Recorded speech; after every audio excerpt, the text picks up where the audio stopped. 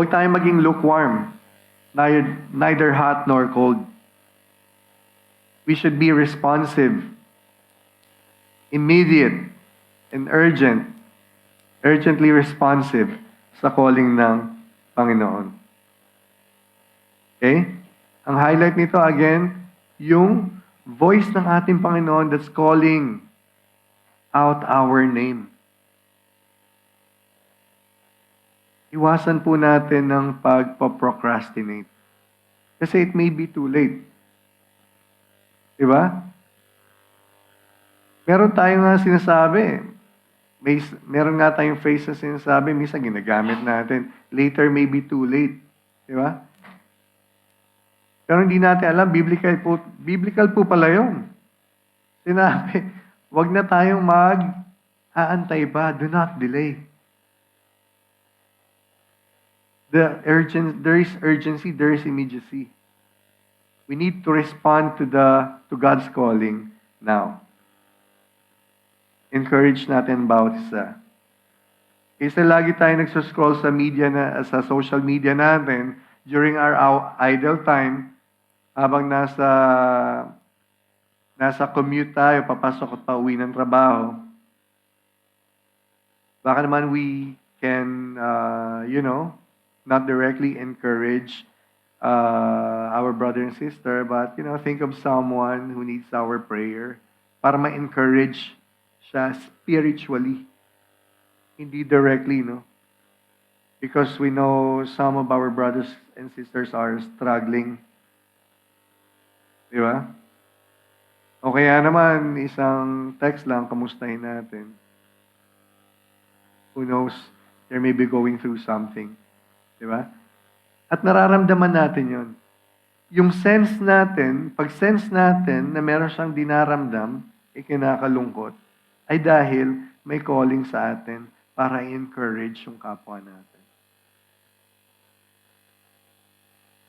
At yun daw, hindi dapat natin na dinidelay. It's a recurring opportunity. The word today is not a 24-hour period.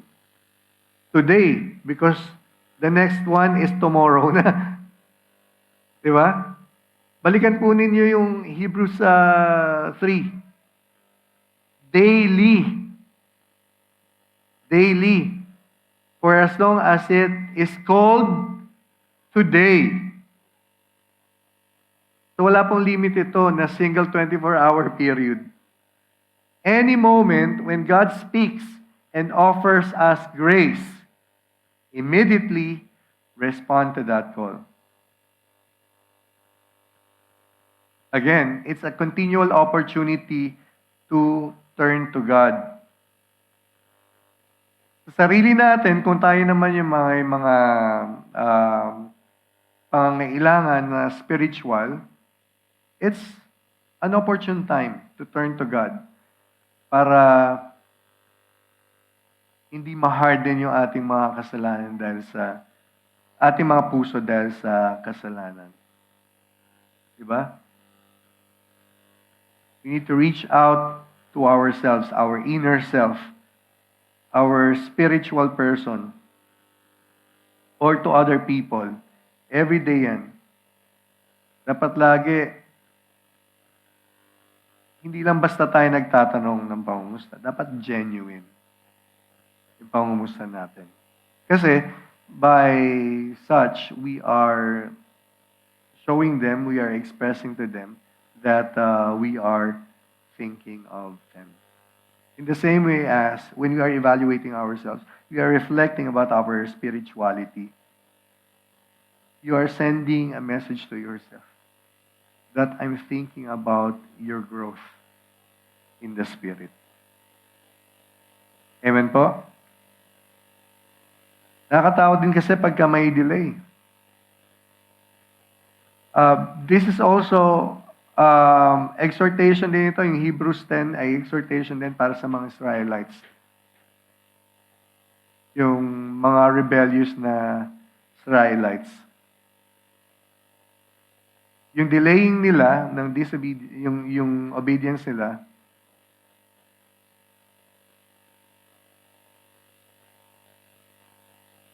Saan sila napunta? Sa wilderness. Di ba? Kaya, warning against delay. Baka meron po sa inyo dyan, medyo may kasama ng loob. Kalimutan nyo na yun. Di ba? Minsan gusto natin kausapin yung tao, gusto natin makipag-reconcile. Hindi mo iniisip ko, tama ba na ako first move dito? Hindi naman ako may kasalanan. Pero, di ba? Pero minsan naisip natin, again, pag naisip natin na tayo mag-approach, then God is calling us to do it.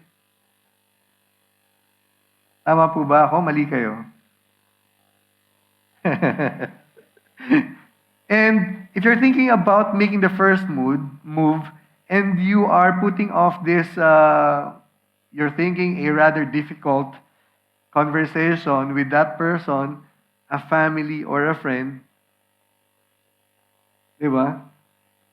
May warning dyan. Baka hindi matuloy yung conversation na yon, hindi matuloy yung reconciliation, ayan na.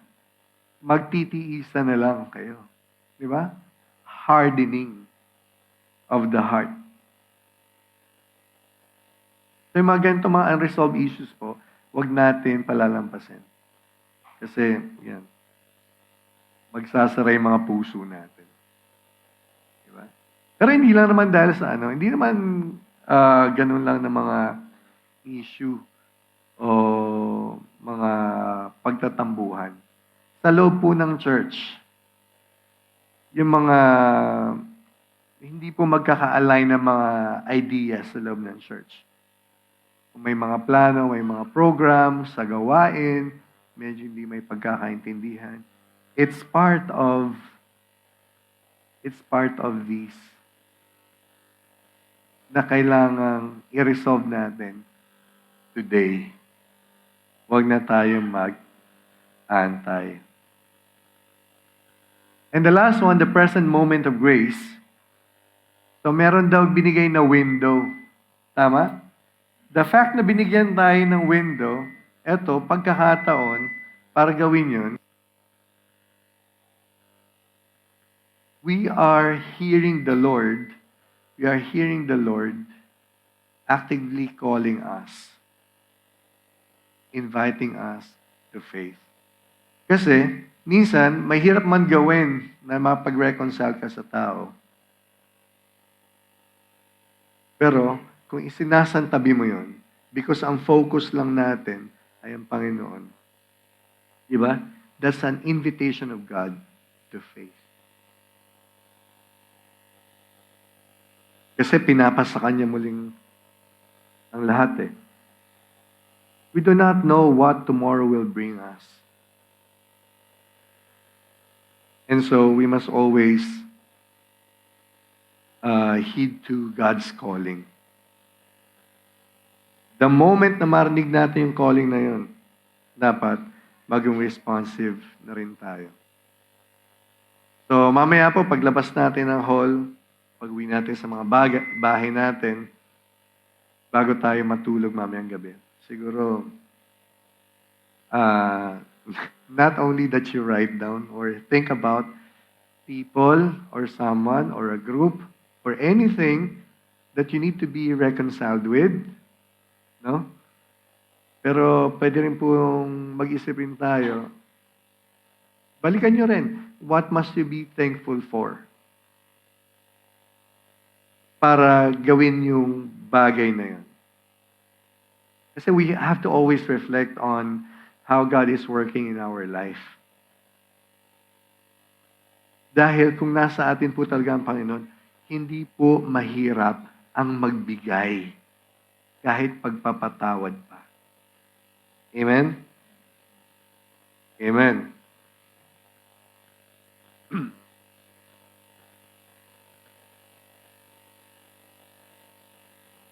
Sabi sa 1 Thessalonians 5:11-15, therefore, encourage one another and build each other up, just as in fact you are doing.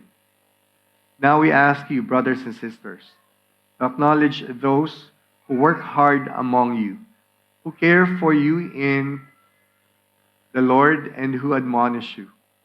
Hold them in the highest regard, in love because of their work. Live in peace with each other.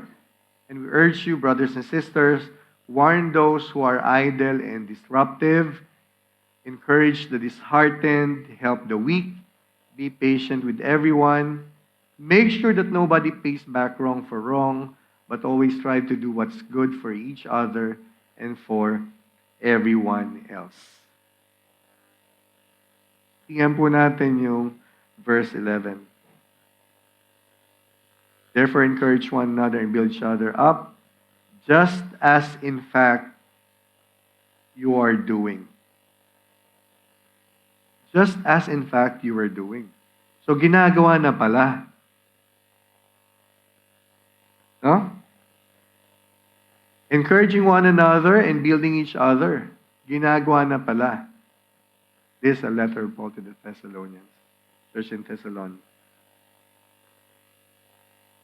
Okay? Ginagawa na pala nila. Paano nila ginagawa?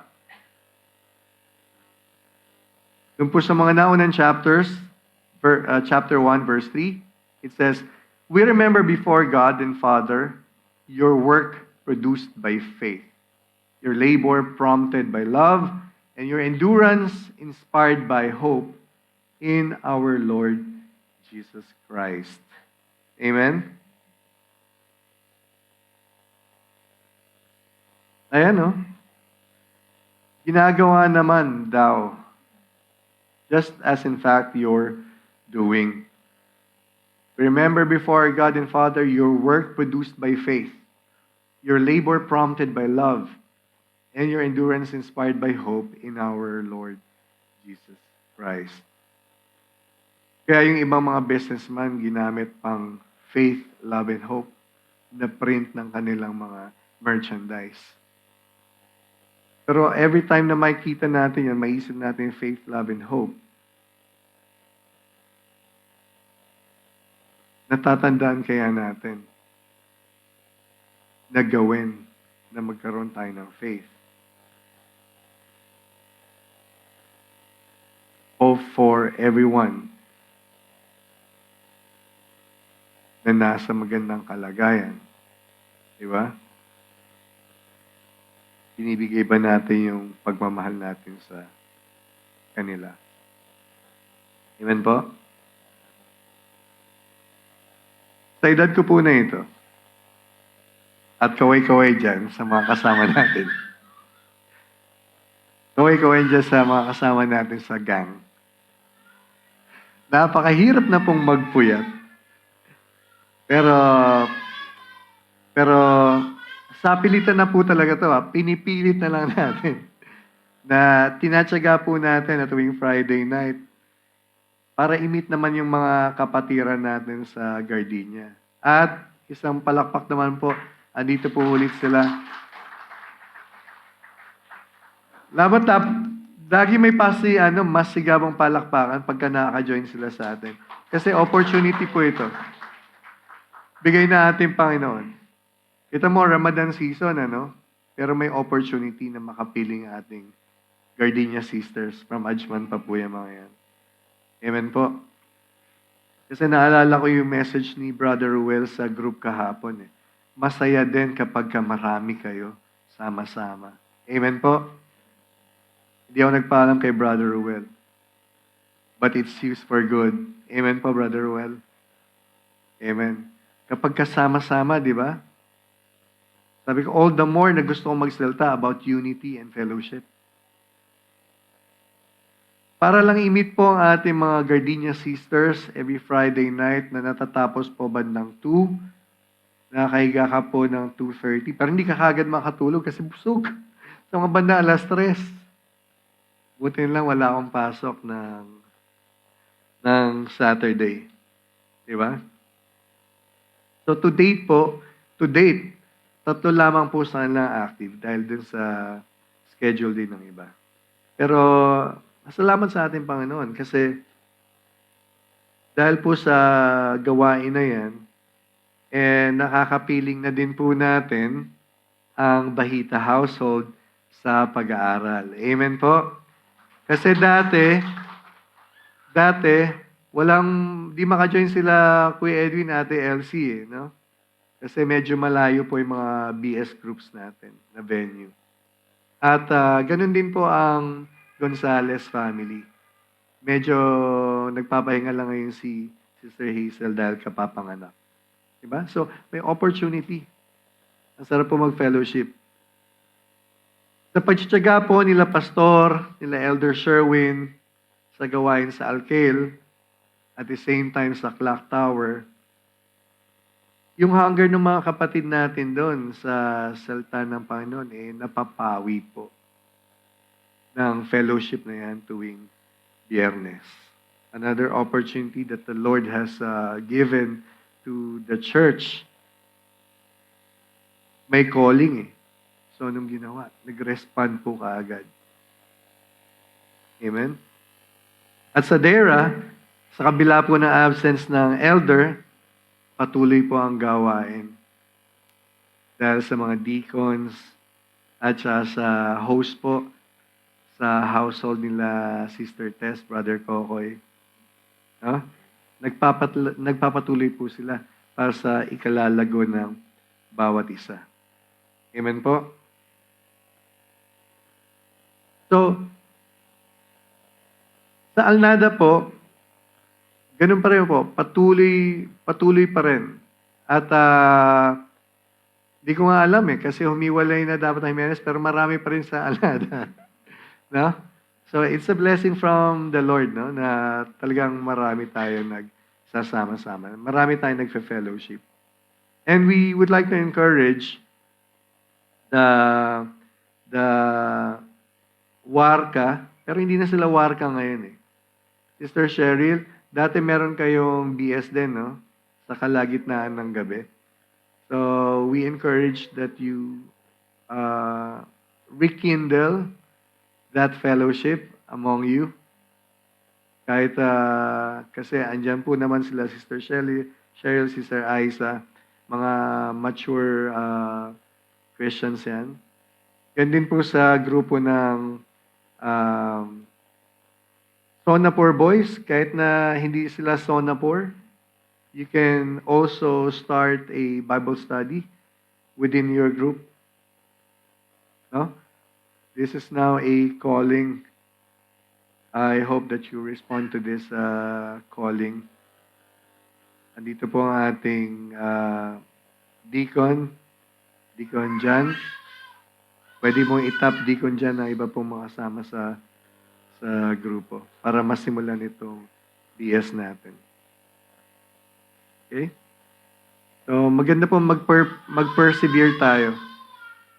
Sabi kanina doon sa just as in fact you're doing, ginagawa naman natin Sabi sa 2 Thessalonians 1:4, therefore among God's churches, we boast about your perseverance and faith in all the persecutions and trials you are enduring. Doon po sa church na to, kahit na daw may mga persecution, patuloy pa rin sila.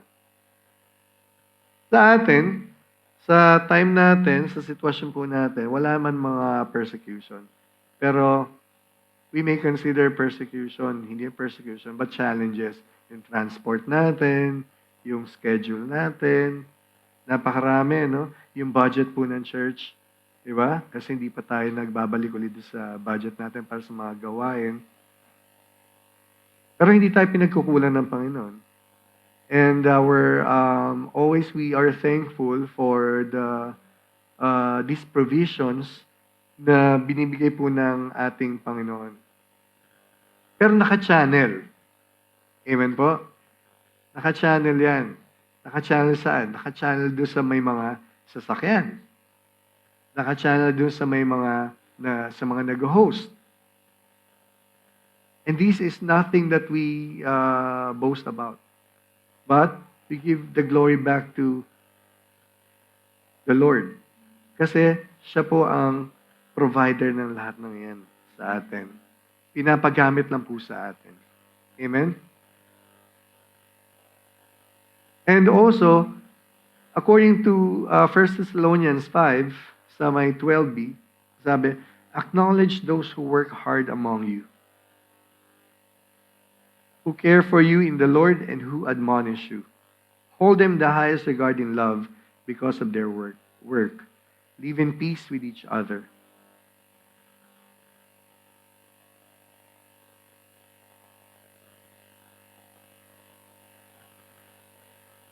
Kailangan po lahat tayo mag-work.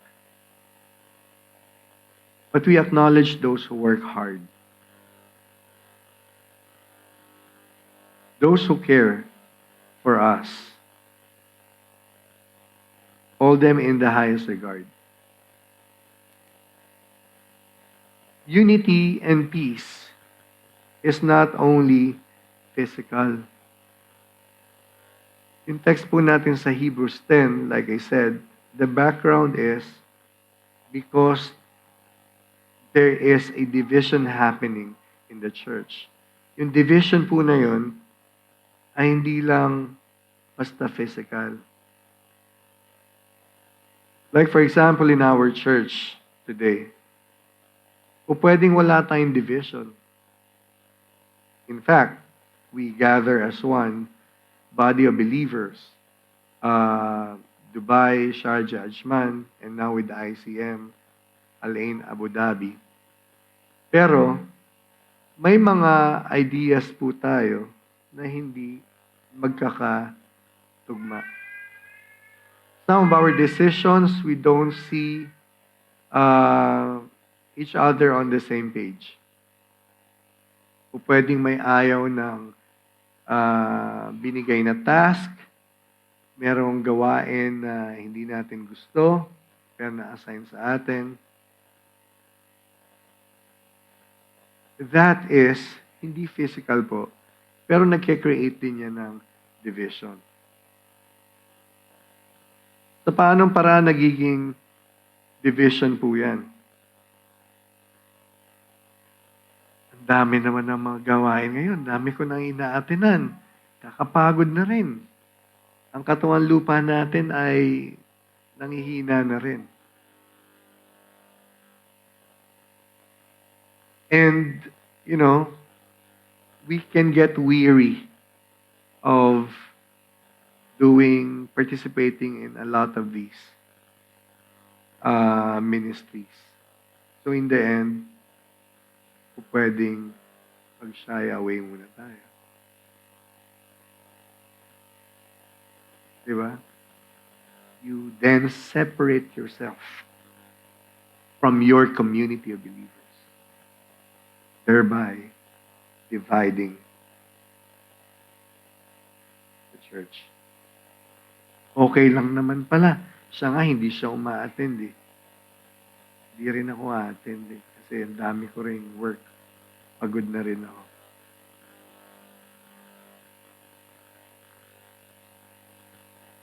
Ang dami ko naman ministry na hinahawakan, nakapagod.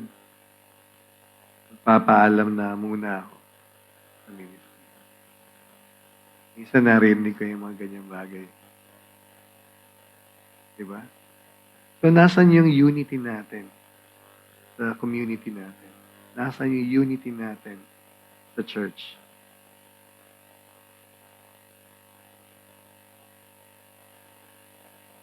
Ang dami po natin programa sa church. Salamat po sa leadership ni PRD. Ang dami pong nadagdag na mga BS. Pero dahil po sa mga dagdag na yon, ina-encourage na din po natin ang mga manggagawa na mag-participate. Amen? Minsan namang problema rin po ang leadership. Absent si Elder She. Nasa bakasyon si Elder Joe. Nag-leave muna pansamantala si Elder Ron. Tapos si Pastor Ronnie, lahat yan, iikutan niya. E paano kung traffic? Ang Friday pa lang, ilan ang nakahilera natin pagka-Friday? Imposible po kasi na maikutan lahat. Diba? Let us acknowledge those who work hard among us. Ito pong dami ng mga ministry na to na itinalaga ay dahil pinapakita ng Panginoon kung gaano siya nagpapahalaga sa bawat isa sa atin. At yun po ang wisdom na iginawad sa leadership ng church. Amen po? At dahil doon, mula pa noong anniversary or even bago mag-anniversary, the workers are few. Narinig po natin yan, hindi isang beses lang. Hindi lang 3 beses. Napakaraming beses. Last week, may mga text messages o sa group po. O yung mga gusto dyan tumugtog, umawit, may mga ministry po na open, lagi pong open yan. Mag-volunteer na po kayo. Di po ba? Ito po mga programa nito, mga ministry nito, this will get our church always active in the work of God. Amen po? This is not for the church. This is not for the leadership. But it is for the good of many. It is God's calling to each and every one. Sabi nga, di ba, ang procrastination, may warning po yan. Yung mga idle and disruptive, yung mga lukewarm, may warning po yan.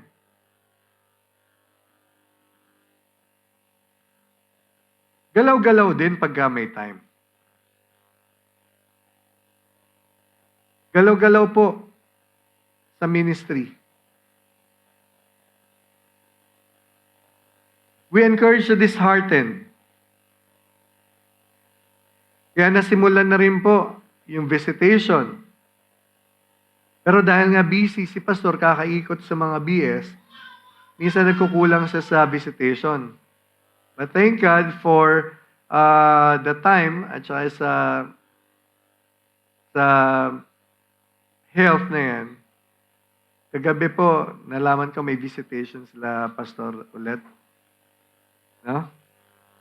Pero kailangan ba si pastor lang mag-visitation? Hindi po ba? Hindi naman kailangan si pastor lang mag-visitation. Sabi nga ni Tita Vane, damay-damay na to. Lahat po tayo, whenever we feel the need to see a brother or a sister, tayo na po ang mag-initiate na magbisita. Eh wala akong time eh. Busy rin ako sa work. Sabi ko nga po kanina, simple text message lang, di ba? Pwedeng visitation na rin yun kung wala tayong time. Just so to inform the person that we think of them, that we remember them, that we care for them. Okay? This is one way to show our support to our brothers and sisters. Lalo na po yung nakakaranas ng weakening ng kanilang spirit. Hindi palibasa po Kristiyano, laging malakas yan. Marami pong dumadanas ng weakening ng kanilang spirit. In terms of knowledge, po pwede nating pakitang support natin by mentoring. Diba? Saan tayo nakakuha ng pagkakataon para sa mentoring na to? Siyempre, sa mga gawain natin. Kaya maganda po that we make the time. I heard from someone before, mali yung sinasabi na find the time. No, you cannot find the time. Kasi ang dami mong trabaho hindi ka naubusan ng trabaho You have to make the time. Ikaw mismo gumawa, isingit mo sa schedule mo.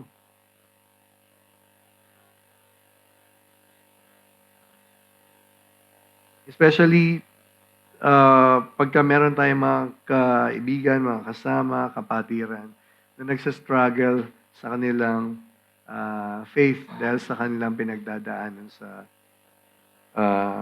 buhay, no? Kailangan ng support niyan. Kailangan din nila ng mentoring. Okay? Be patient with everyone.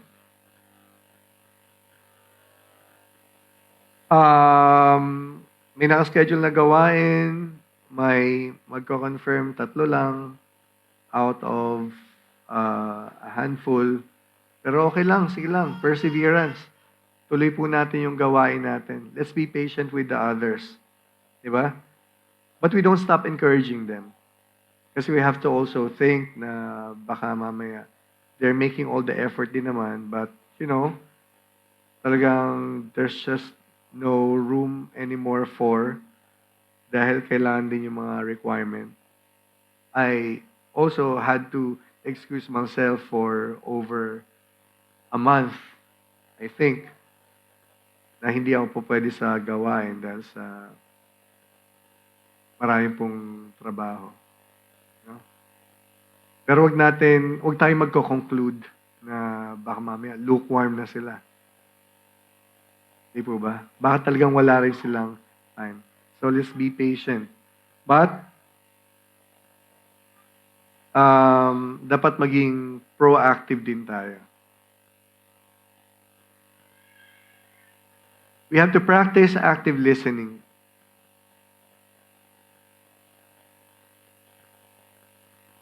Yun nga.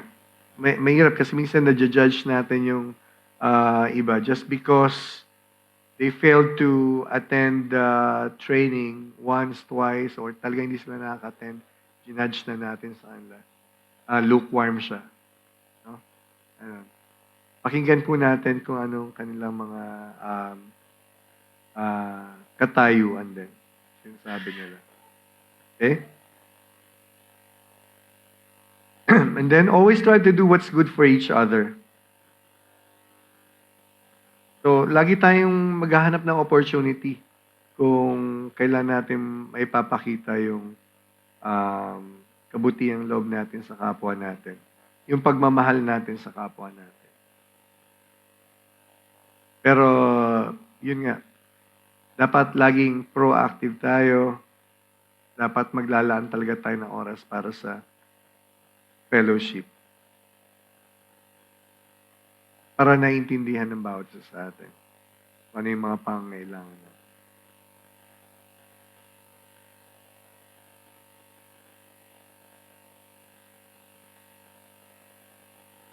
Not giving up, meeting together.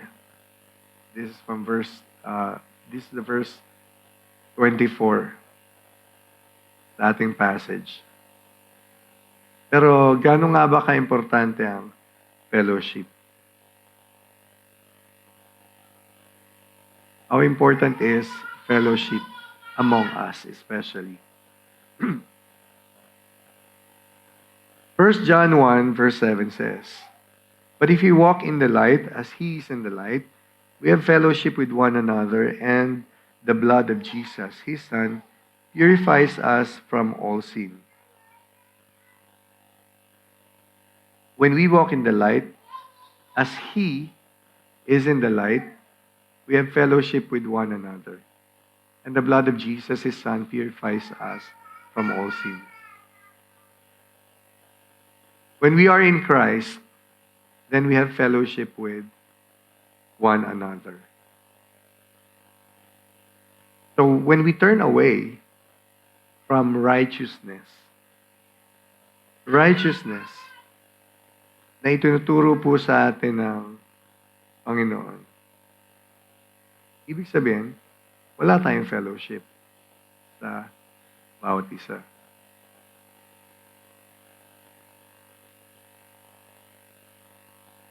He is in the light. So if you walk in the light, we have fellowship with one another. Yung converse kaya, tingnan natin. Pagka may fellowship tayo,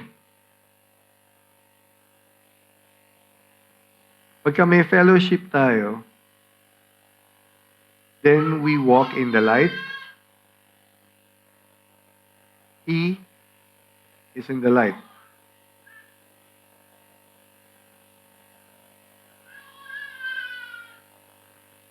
Sa logic po, ang converse po ay hindi laging true. May mga statement po na true, iba false. Pag binaliktad natin itong conditional statement na to, it's not necessarily going to be true. That when we have fellowship with one another, we walk in the light.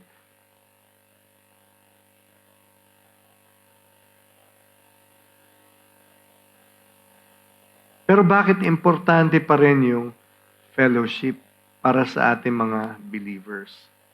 Ano po bang ginagawa ng mga Christian believers pagka tayo po ay may fellowship? It's a wrong notion kapag ang inisip po nating fellowship ay picnic lang, pausok. Yun po ang maling notion dun sa, sa fellowship. Sa Bible po, ang totoo pong fellowship ay pag-aaral ng salita ng Diyos. Pagsasama-sama, pakikinig sa salita ng Diyos, yun po ang totoong fellowship. Kaya sinabi ko kanina, yung converse ng statement, yung pagkakabaliktad niyan, ay hindi laging totoo. Depende kung anong klaseng fellowship ang meron tayo sa bawat isa. If you are meeting together to study the Word of God, to talk about God, and to share your faith with each other about God, sama-sama po tayong lumalago tungkol sa ating Panginoon, yun po ang magandang fellowship. Yun po ang fellowship that lets us walk in the light. Nakasama ang Panginoon. Hindi yung basta sinabing nag-fellowship lang. Amen po. But one good thing also of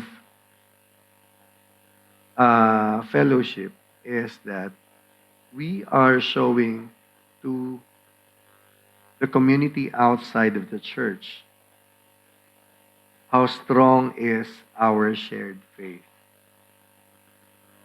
Na-amplify po yung pananampalataya natin pagkilala natin sa Panginoong Jesus. Kapag tayo po ay nakikita, lalo na ng community sa labas.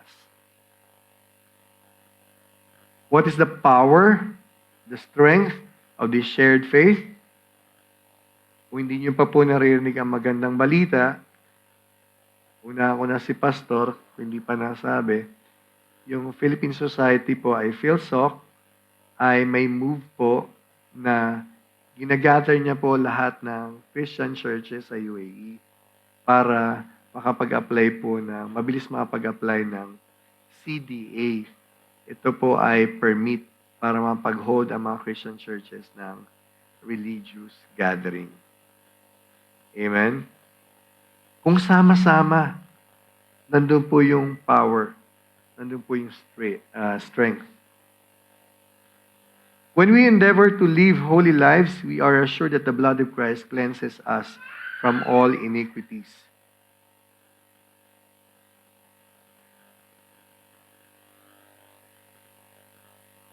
It saves us, purifies us from all our sin. Pero, sinasuggest po dito na tayo rin dapat ay mag-fellowship. Dapat intentional tayo dun sa pagpa-participate natin sa mga church events natin, sa mga smaller groups like the Bible study, sa mga training po natin. Kanina lang, during the praise and worship, I remember that our BS Alkail group and Clock Tower group at yung iba pa po natin na mga bago nakakasama, hindi pa sila nag-undergo ng GDF. So I thought about the GDF. No? So that's another small group fellowship na kasama po sa program ng GICM. Okay? So in those small group activities po and any church event, dapat we make it a priority Kasi it's an opportunity to connect with our fellow believers.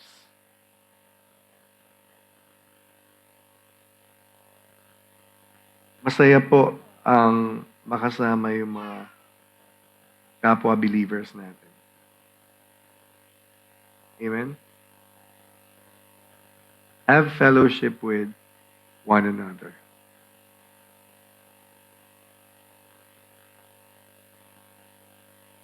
Now, this next one, 1 Corinthians 1:10,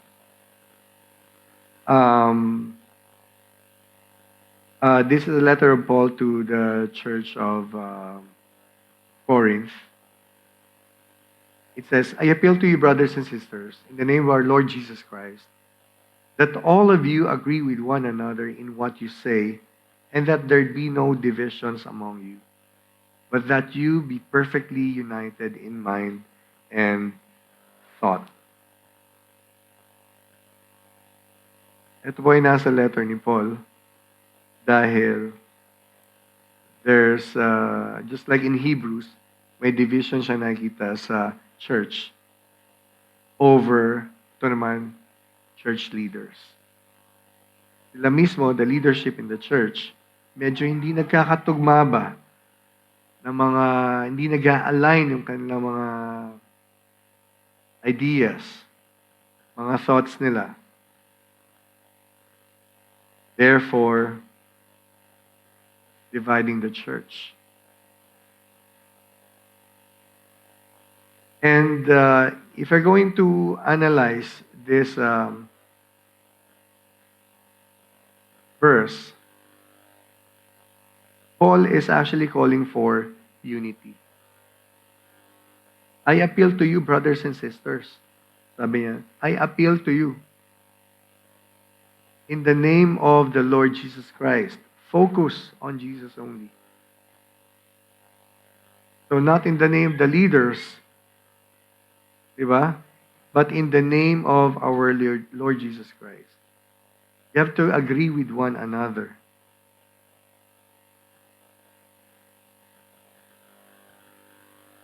Diba? Explicitly sinabi. Diba?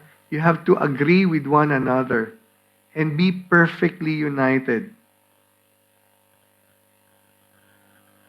Kasi being united, being perfectly united, and having the same mind and the same thought in the church is very essential for genuine fellowship.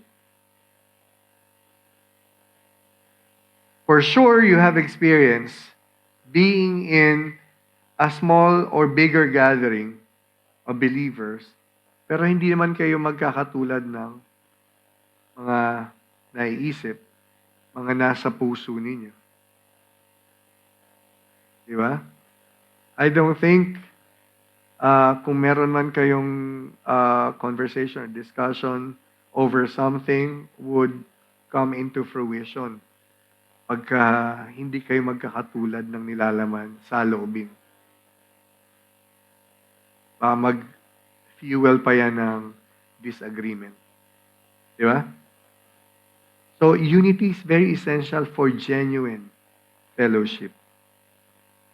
Paul also is addressing divisions in this verse. The context actually reveals that may factions with the members of the Church of Corinth that's aligning themselves with different leaders. Kay Apollos ako, kay Paul ako, kay Cephas ako. Ako kay Christ lang. Ayoko nang umattend kasi wala si ganito. I don't like the speaker on Sunday. I'm not going to attend the church service. Just to remind everyone in this hall, you may not like me speaking here in front of you, but it is the words that come from God that you came here for. Hindi naman po yung speaker. Amen? O pwedeng you don't see me as qualified as the others or whoever is speaking in front, but you don't qualify anyone to be in front. It is the Lord that qualifies the person to speak in front. I am not boasting to be one that's appointed by God. But I'm just here, very humble, very humbly, taking responsibility. It's not easy po to take a responsibility to be in front. It's more of an accountability.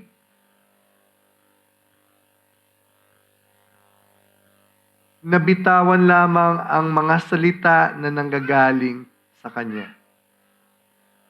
Not my own words. Not other people's.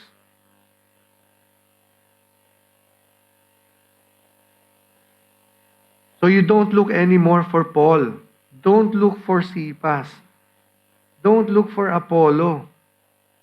Sino lang po ang focus natin? Si Jesus. Amen? So dapat wala yung mga division na yun. You see?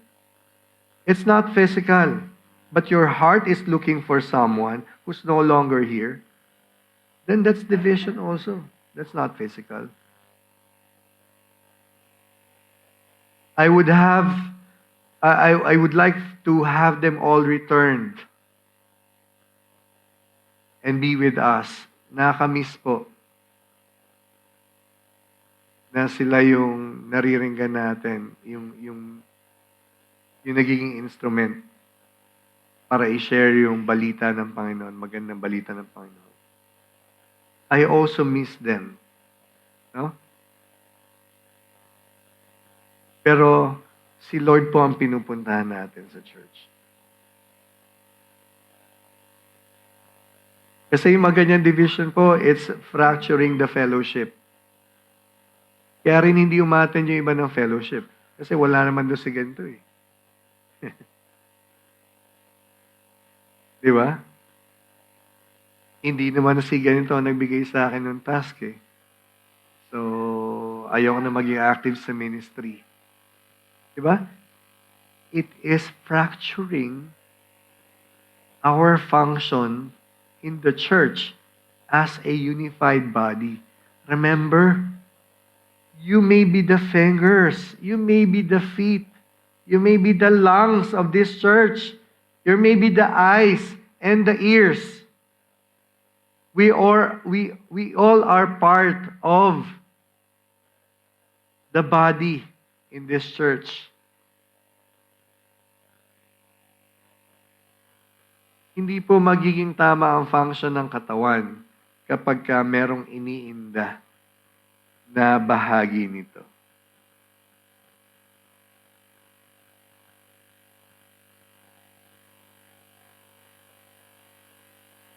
True fellowship is built on shared faith, love, and common purpose.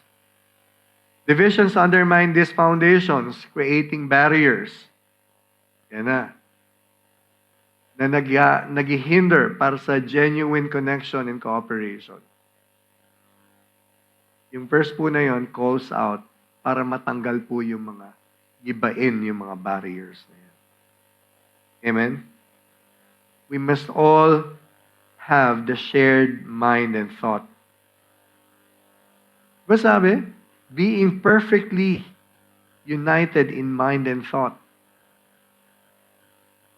Hindi man kailangan completely may uniformity when it comes to our opinion on every matter, pero dapat may agreement.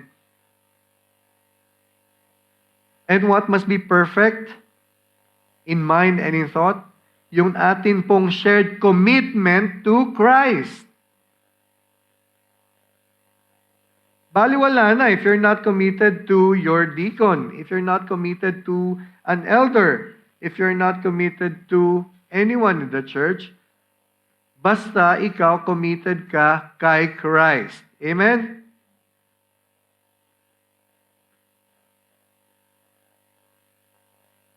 Kung lahat po ng ating fellowship naman ay nakadirect sa ating Panginoon, then, who are you not to commit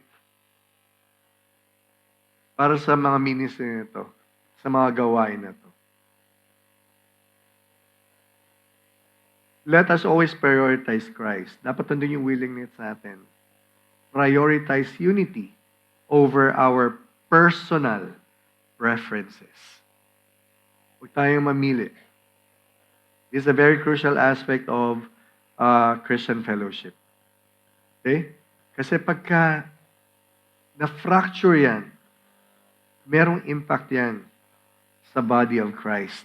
When we are divided, then, imagine niyo na lang, na-amputate yung isa mong leg. Di ba? Yung function ng buong katawan na yan is weakened.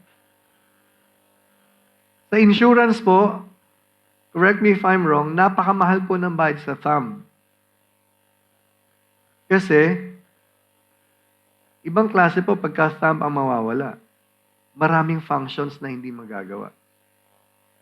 Diba? Pero kahit po mawala dyan, kahit po hindi mawala dyan, ang kahit na ano pa dyan sa mga fingers natin, nakasabihan nga sa Tagalog, ang sakit ng kalingkingan, sakit ng buong katawan. So kung meron tayong isang kasamahan dito na may niinda, lalo na kung spiritual, di ba? May niinda. Dapat mag-offer po tayo ng tulong. Pansinin po natin yan. It's a calling from God. It's a calling to strengthen that body.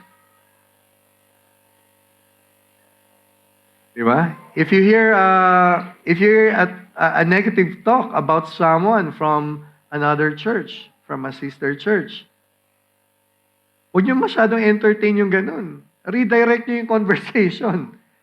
Diba? Narinig niyo lang, hearsay lang naman eh. Diba?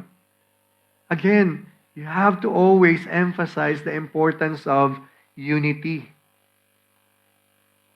Any disagreement with a fellow believer, with other believers, sabi ko nga kanina, you have to seek to resolve it. You can do it in any way that's, any dialogue that's respectful, or prayer. Pero maganda, after you have prayed for, yung gagawin mong move, gawin mo na agad yung dialogue. Di po ba? When we are discussing about any church matters, any church business, focusing on God's will and prioritize the needs of the church community, dapat we prioritize the needs of the church community over yung kagustuhan lang natin na personal na mangyari. Dapat laging sa ikabubuti po ng lahat. Tingnan po natin kung ano pa yung greatest commandment. Di ba? Ano yung Great Commission? So, hindi pala ganun basta kadali ang magsama-sama bilang mga believers. Kala ko pagka-fellowship, gano'n na lang. Okay, mga kapatid, yapis. Mamaya, mag-gather tayo. Saan ba? Tingnan natin kung open pa sa Flava. Di ba? Kung wala tayong maisip na place. Pero ganun lang ba kadali? Magplano ng fellowship? What does a fellowship require? Yan po natin. Number 1, love and mutual affection. Kung yapis yan, hindi palibasa nandun yung boyfriend mo or girlfriend mo. Kasama ka. Hindi po yun yung sinasabing love and mutual affection. Ha? Romans 12, verses 9 to 10. Love must be sincere. Hate what's evil, cling to what's good, be devoted to one another in love, honor one another above yourself. So yung love mo sa kapatid mo bilang isang Kristiyano, dapat sincere yan. Gusto mong sumama sa Yapis because you feel the love in these people in your group. Okay? Sabi, whoever does not love does not know God, because God is love. Okay? Sabi naman sa 1 John chapter 4 verse 7 to 8, dear friends, let's love one another, for love comes from God. Everyone who loves has been born of God and knows God. Whoever does not love does not know God, because God is love. Di ba? Pareho yung sinabi nung kanina sa Romans. Whoever does not love does not know God. So, a fellowship should be rooted in genuine love. Dapat nandun yung respect. Andun lagi yung care natin. Genuine, sincere. Love para sa isa't isa.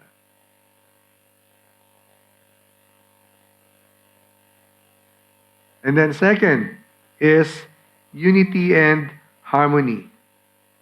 Philippians 2 verse 2, then make my joy complete by being like-minded, having the same love, being one in spirit and of one mind. So again, unity is a requirement sa fellowship. Di ba? So we have to always strive for unity para ma-avoid natin yung mga actions o kaya whatever, anything that may disrupt the fellowship.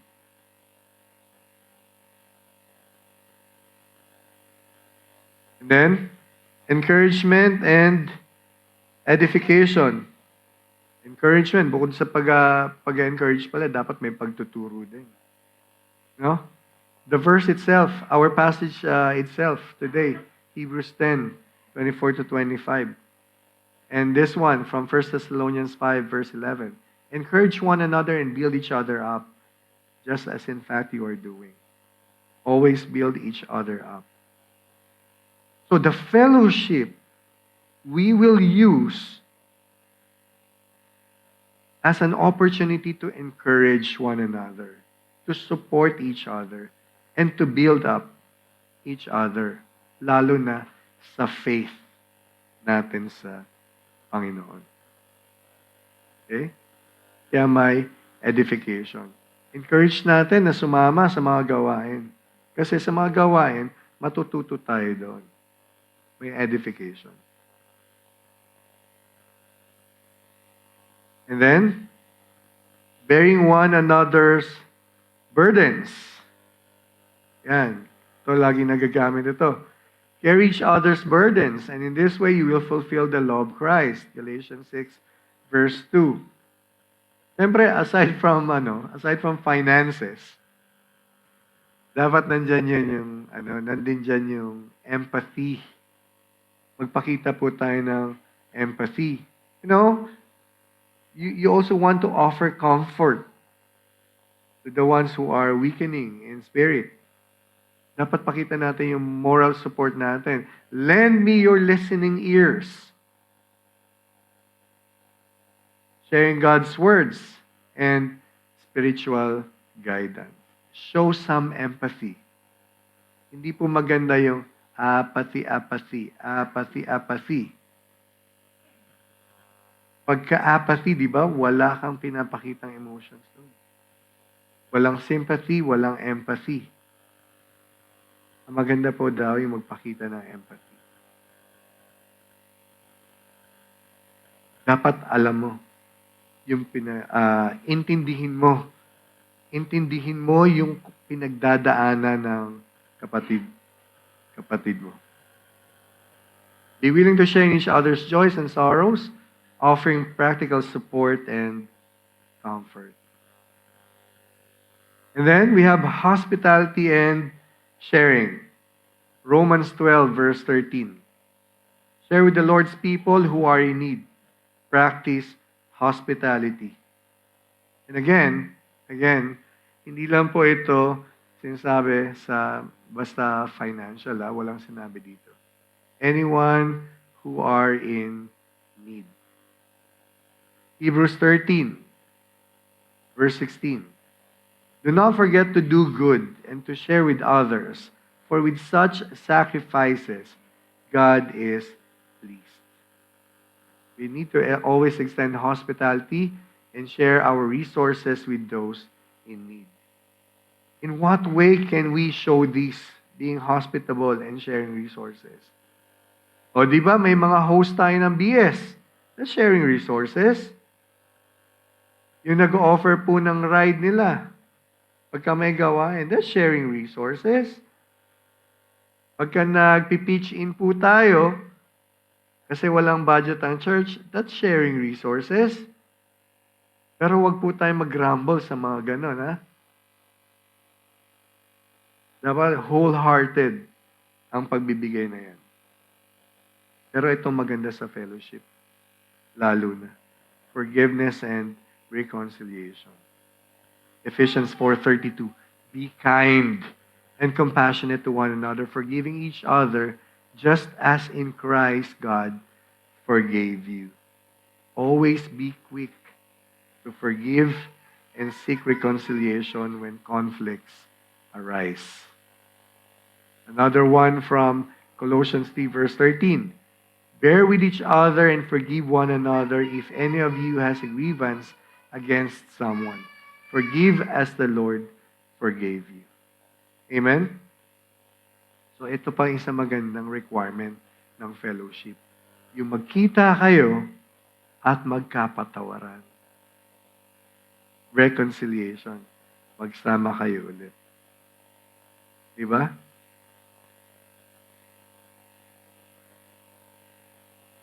Another requirement of fellowship is prayer and spiritual growth. Acts 2 verse 42. They devoted themselves to the apostles' teaching and to fellowship, to the breaking of bread, and to prayer. So we need to always engage ourselves in prayer and the study of God's Word together, which fosters spiritual growth.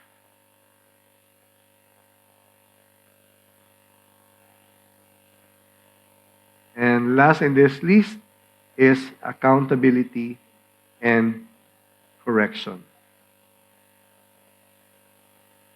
Galatians 6:1. Brothers and sisters, if someone is caught in a sin, you who live by the Spirit should restore that person gently. But watch yourselves, or you may also be tempted. Natatandaan niyo pa po ba yung sin of omission? If you see someone sinning, and you're not doing anything about it, you're not doing anything about that brother or sister, then you are committing a sin. Kasi, bakit Lord, wala naman po akong ginawa? Yun na nga, wala ka kasing ginawa. Nakita mo na, pinakita na sa'yo na may pagkakamali yung kasama mo. Pero wala kang ginawa. Kaya po siya tinawag na sin of omission, omit. Pero may warning din, but watch yourselves, or you may also be tempted.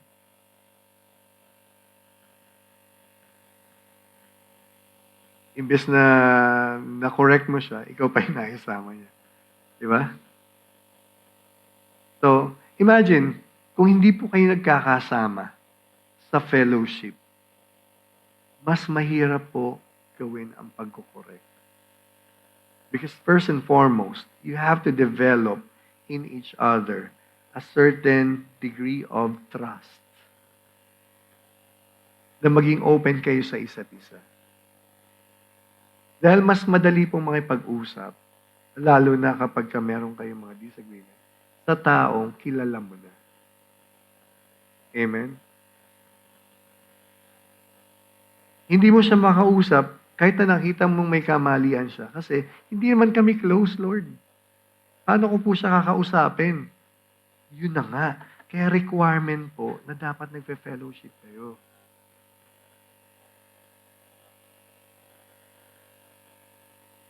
Kasi doon, pwede tayong mag-correct. Kasama ko to sa BS group. Unang bahala dito, pastor. Lagi naman tong present sa every Sunday sa service. Sige po, kakausapin po namin. Hindi ko Navel. Di ba? If someone is caught in sin, you who live by the Spirit should restore the person gently. Bakit gently? Alala ko tuloy si Pastor Edmer. Sabi niya, dapat lagi, may pagmamahal, kapatid. Di ba ganyan si Pastor? May pagmamahal. Show them some love. Our gentle correction and accountability, when necessary, always with a spirit of love and restoration. Amen po. Di ba? So, if our church or our community as Christian believers ay nakikitaan po ng unity sa loob mismo nating church, nakikita tayong laging magkakasama, may fellowship. Sa mga events natin, ang dami natin nagsasama-sama because we share the same mind, we share the same thought, and we hold on to the same belief. Then that gives our church, that gives us the strength, the power. Yun po yung tinatawag na strength ng shared faith natin. And in conclusion, the pursuit of peace within the church is a reflection of the kingdom of God on earth.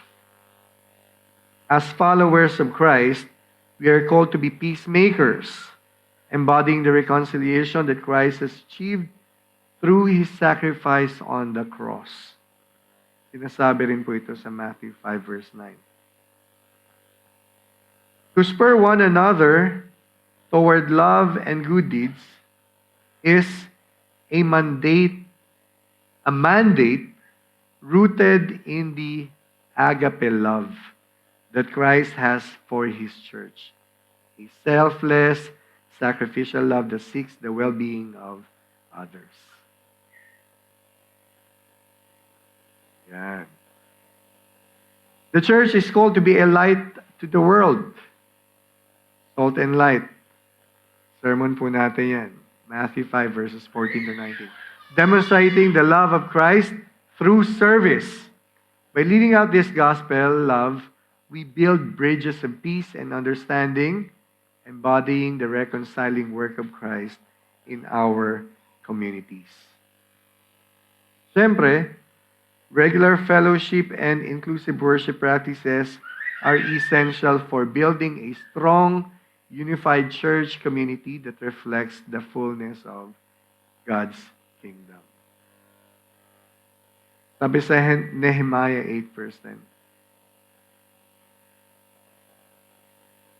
This is a scene where the Israelites gather at the water gate with Ezra, teacher of the Mosaic Law. Tapos nandun din yung presence ni Nehemiah, governor during that time. It says, "Go and enjoy choice food and sweet drinks, and send some to those who have nothing prepared. This day is holy to our Lord. Do not grieve, for the joy of the Lord is your strength." This is one instance where all of them gathered at the water gate to hear the word of God. Fellowship po nila ito. Di ba? Pero sa fellowship na yon, while they enjoy their choice food and sweet drinks. Sabi, magbahagi rin po sa iba. This day is holy to our Lord. Diba? Not only it is talking about physical choice food and drinks, but spiritual.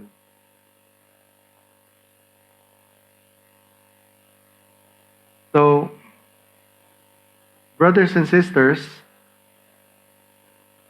we'd like to request the UPM in front. So, church, no? Let the strength of our shared faith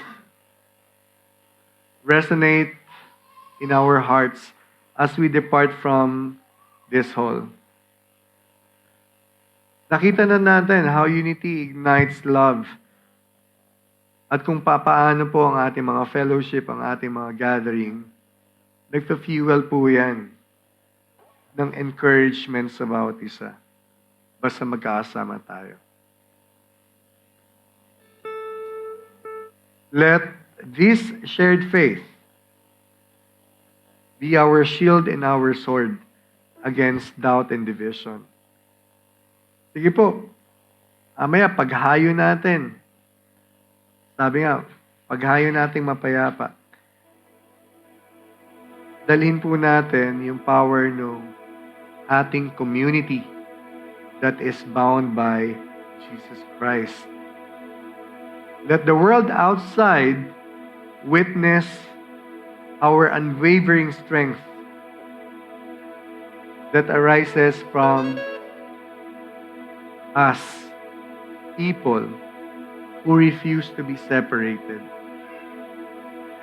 who lift each other up, and who together stand firm sa atin pong foundation, ang Panginoon and His unwavering love. So let the strength of our shared faith be our anthem, our conviction, and our victorious declaration.